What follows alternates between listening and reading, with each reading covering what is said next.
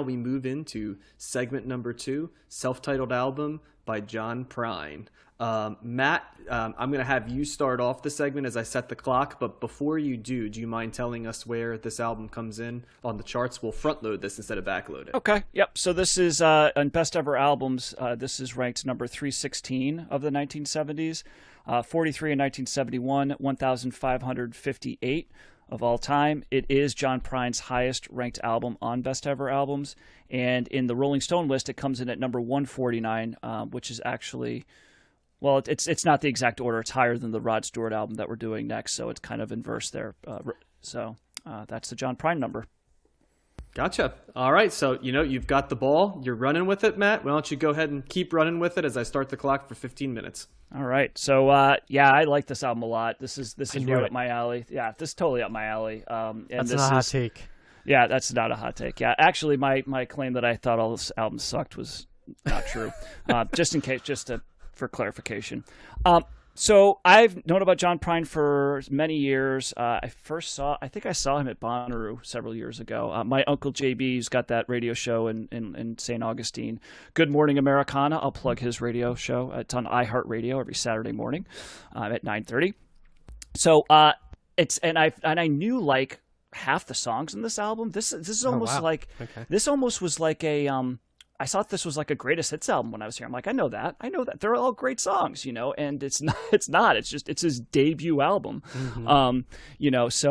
But I did know what songs did I know here? I knew Spanish Pipe Dream, Hello in There, Sam Stone, Pretty Good, Your Flag Decal Won't Get You Into Heaven Anymore, Angel from Montgomery. I knew all those songs. So that's roughly, half, but he's just such a great songwriter. And even though I'm not the lyrics guy, it's hard to listen to music like this and not hear the lyrics. So this is kind of where I'm like, okay, this is where it's so clear. It's right up front. It's like the soul of the song. Even though I really did like the music, I like the guitar playing. He's got some different types of instruments going on in here as well. So it's just good folk and country music. Some of this is very country. This is definitely almost like Dolly Parton, Loretta Lynn, type Nashville country stuff that he's doing. But he's also a folk artist as well. But he's got funny songs, Illegal Smiles. I didn't know that song before. That just made me laugh. Obviously, the Your Flag Decal Won't Get You Into Heaven Anymore is that man, you could play that song today, Yeah. That's, so it's very prescient as well. And, but he's got the protest songs. I mean, that's the other thing. We might start talking about this now, but I did watch that first episode of the 1971 documentary on Apple TV. Yeah. And that whole first episode is mostly about Vietnam and the protest movement and stuff. And you forget, at least I do, of what was really going on at that time and how divided the country was over war. And so he's got some very politically charged songs on here that are just really well written. Some of the lines in Sam Stone are he's great, so can I jump in there real quick, Matt? Just because, it's funny because Vietnam is such a through line in so many of the albums we've covered in the late 60s and the early 70s. And it intuitively, right? That it was a big deal. But in the modern context, and this is where it's really interesting for us covering albums that we did not live through the time. In many ways, don't you think like Vietnam kind of got swallowed up by, Afghanistan and stuff in the 2000s, and it was like, oh, here's this other, sectarian conflict we were in, and it sort of filled the void for another generation of what Vietnam was, and it kind of just, I think, rolled away a little bit. The interesting thing too is though, it's like, I mean, when I'm watching that documentary and seeing all these artists and seeing John Lennon, say all these things and and it's all very Marvin Gaye, that the What's Going On album that we're going to cover later on. I didn't like. What did music do? And this is maybe something we'll get to in the 2000s, but like there was no huge protest music movement like there was. Oh, there was. There certainly was against the Bush administration. Yeah, I don't know. I don't think they're writing to this songs level like this anymore. Yeah.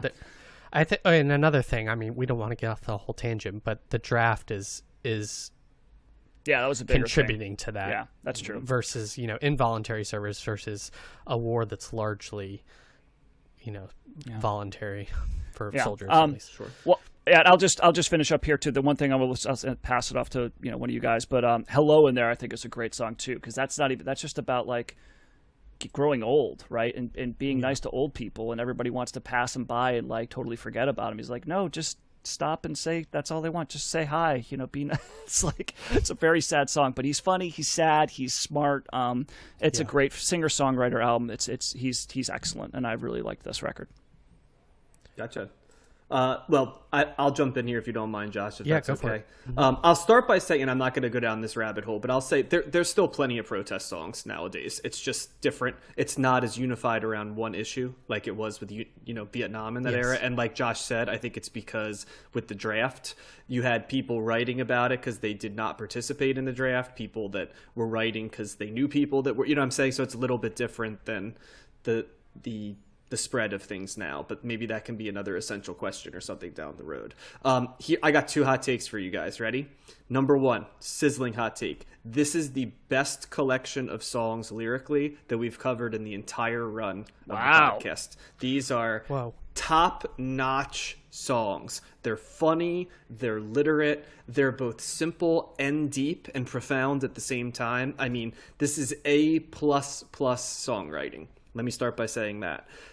Second thing I'd say is that while I enjoyed the songs and John Prine is a good singer, I can see why he wrote songs for a lot of other people as much as he did for himself, because a lot of these songs I would have loved in the hands of someone else. Not because he did a poor job with them, but because the quality of these songs I would have liked to have seen go in a different genre direction than sort of the, you know, these stayed in the same genre, right? Whereas I would have liked more variety with these songs because these songs were so flexible. I would have loved if he was kind of like with what Harry Nilsson did, right? Like delving between different genres with different songs.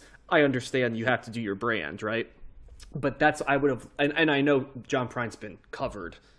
That's how I know of John Prine, like songs that he covered. And it's interesting because he got a lot of press last year when he passed away. And actually Bill Withers passed away last year too. So both of these folks did. But he got a lot of, and he, you know, he's like the songwriter was how basically everybody described John Prine. And yeah, these are A++ songs. I liked this album a lot. The sound of it, after a while, you know, by about like 9 or 10, like I was still engaged with the album because the songs were so damn good, but it did start to get a little bit like, okay, it's the opposite of how you felt about Bill Withers, Matt. It was kind of like, I feel like it could stop at 10 and then I want to hear another collection of 10 songs. It was almost too many songs after a while. Like I would have liked them spread out and more digestible instead of getting all of these here. But yeah, for a debut album, this is remarkable songwriting. And doesn't sound a lot like a lot of other albums that we've covered. You know, we did 2 country albums in Dolly Parton and Loretta Lynn that come from the same tradition to some degree, but this is much more like the folk albums that we've done. This is a lot more Dylan than it is, it's even more Dylan than I think it is like Sweetheart of the Rodeo or, Nashville Skyline. It's more like mid-'60s Dylan, right, than it is late 60s Dylan in terms of certain elements of it, and then the sound is more like later Dylan. So I'm doing a poor job of explaining that, but it feels to it's me like folk song. album. You mean folk Dylan, like early 60s Dylan? Yes, like folk Dylan, but but sounds not like that. It's more country instrumentation. Yes, got it. So anyway, I've sucked up a lot of air. Josh, what are your thoughts? Well, I think he is kind of the, if not the successor, then kind of a colleague of Dylan in terms of his sound and what he's writing about. Maybe not as poetically, but he's definitely touching on the same themes. And that was the first thing I wrote down. Is it sounds like Bob Dylan right from the jump for me. I agree with you. The lyric right and the songwriting are up front and center of this, and that's kind of the central thing that you're looking for or hearing when you listen to the album. I agree that he also is very funny. He injects a lot of dark humor into his lyrics, and he has clever uses of political commentary too. Like and I had, unlike Matt, I had not heard any of these songs before. And I'm not even sure how familiar I am with John Prine as a whole. Did he do collaborations with other people? Like maybe I'm thinking of something, but I'm sure he did. I mean, he's like John said, he's been a musician's musician for many years, and And this was 71, and he was around doing stuff right up until his death. So, Gotcha. Yeah, I'm sure he did. I don't know a ton of his stuff, but I'm sure he did. Yeah, so he's writing a lot about, a lot of social commentary, a lot of political commentary, drug use. Like in that Sam Stone, he's talking about the father's paycheck going right into his arm and things like that, and clever lines like that, and also Illegal Smile. He also gets kind of a silly streak at times. Like Illegal Smile ends with like something about a hot dog bun and my sister's a nun, and he just like kind of rhymes things together at the end randomly. And he's all high. Yeah, see, probably. But I agree with John too in that I felt like this was a lot to take in for one listen. There's 13 songs on here, and even though it's not too long of an album, I feel like every song is packed with things that you need to listen to and kind of parse out the lyrics and stuff. He's also talking about relationships. There's a song called 6 O'Clock News at the end that also has a lot going on. As far as music goes, I found it kind of basic, but it serves the songwriting. I can't even think about now what other instruments are on here besides his guitar.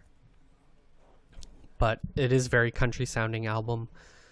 There's some like fiddle and stuff on there, and there's basic like there's some like steel guitar because there's like the slide guitar thing going on, and then drums and there's organs, so there's stuff like that going on. It's not a full blown, it's not like the band or something. There's piano too, isn't there? Yeah, piano. Yeah, like Flashback bass. Blues, I remember had piano on it, right? Yeah, bass and drums.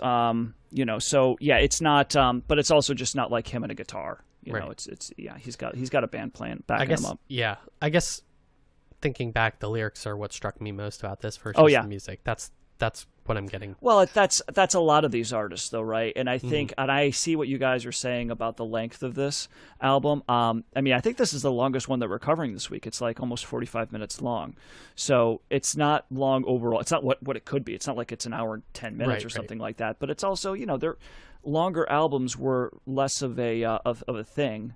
Back in the early 70s, late 60s and stuff. So this was probably on the longer side for that time. And I would also say that if you're not a typical, like acoustic folk country type, music fan, this album is samey. It's like so I could see that after 10 songs, I got it, and now you have to listen to like I don't know 4 more or whatever. Yeah, but you can get away with samey when you write songs that are this good. Like that's what, yeah. No, I still think it's good. I'm just saying I could see how, like sonically, as far as the music goes, that would be, okay. Could you, like you said, could you vary it up a little bit? But that's not what he does, And I can't imagine that any of his other albums that he did after this are going to sound any much different than what this is. Can we give some examples of some people that came after him that might be categorized with him? Like Tom Waits comes to mind as a guy that does similar stuff with his songwriting, albeit with a different sound. John Prine's a better songwriter. I got like the feel of like Bonnie Raitt a little bit. She pops it up a little bit. Springsteen kind of trod some of the same ground, right? He comes with a more like, dramatic, melodramatic, character sketch, but he tries to write similar types of songs, maybe with, there's not the humor in Springsteen that there is in this, right? But there's similar that's stuff. True. He's a little too serious for that. Springsteen's a little nostalgic too, don't you think? He's like looking back on his Prine life or something equivalent to that. Well, and I haven't listened to enough John Prine to know if he trods that, but this is definitely not a nostalgic album. This is an album of 1971. Yeah. Mm-hmm. And I'm not saying the length of the album is bad or detracts from it. I'm just saying that when you're listening to the lyrics on every song, one listen through, which is all I did, is not enough to kind of and I agree, Josh, soak everything in. This could have been a 9-song album, and I think would have been better served as a 9-song album, because you could have, milled. I feel like you said, there's a lot to take in and digest, and after a while, the amount of songs, it's like I love all these songs in terms of the songwriting, but I don't want to be overwhelmed, and that's kind of how I felt a little bit. How would you guys compare this to the Townes Van Zandt album? Oh, actually, very similar. I like this more. I do too. Okay, go ahead, John. they're actually remarkably similar, Matt, come to think of it. I think these songs have more depth to them, like they go in more directions than the Townes Van Zandt songs, but you know, it's not too far from if you like one, you're going to like the other for sure, I think. Yeah, I mean, gosh, that's a really good point, Matt. That's actually probably the best comparison of anybody that we've had with this. Yeah, because he's kind of in line with that. And I'd like Josh. I mean, the Townes Van Zandt album was episode 1 of CTS, so we did that like just about a year ago now. Segment one, yeah. So I do like this album better. I think this is, I don't know. I think musically this does a little bit more for me than. I don't want to say there's hooks on here. It's not like it's like a raging hook, but musically it's not I think as sparse. It's a little bit. It's got a little bit more. You know, it's more musical, right? It's a little bit more melodic, I would say, maybe, and catchy. So, but in terms of the songwriter, quote unquote songwriter, you know, aspect of them and lyrical, you know, abilities, you know, to write great lyrics, they're kind of in the same lane, I think. Yeah, absolutely. Okay, and that's basically the end of our segment there too. Any last thoughts before we move on? I don't think we're doing him again. I think this is it for John Prine, because it's his highest ranked album in best ever albums. The next highest ranked album for him is 1,148 in the 70s. Sweet Revenge. So he doesn't get a ton of the critical praise, at least on these lists anyway. But you're right, John. He is a musician's musician for sure. Absolutely. Check it out. I think we all like this album too.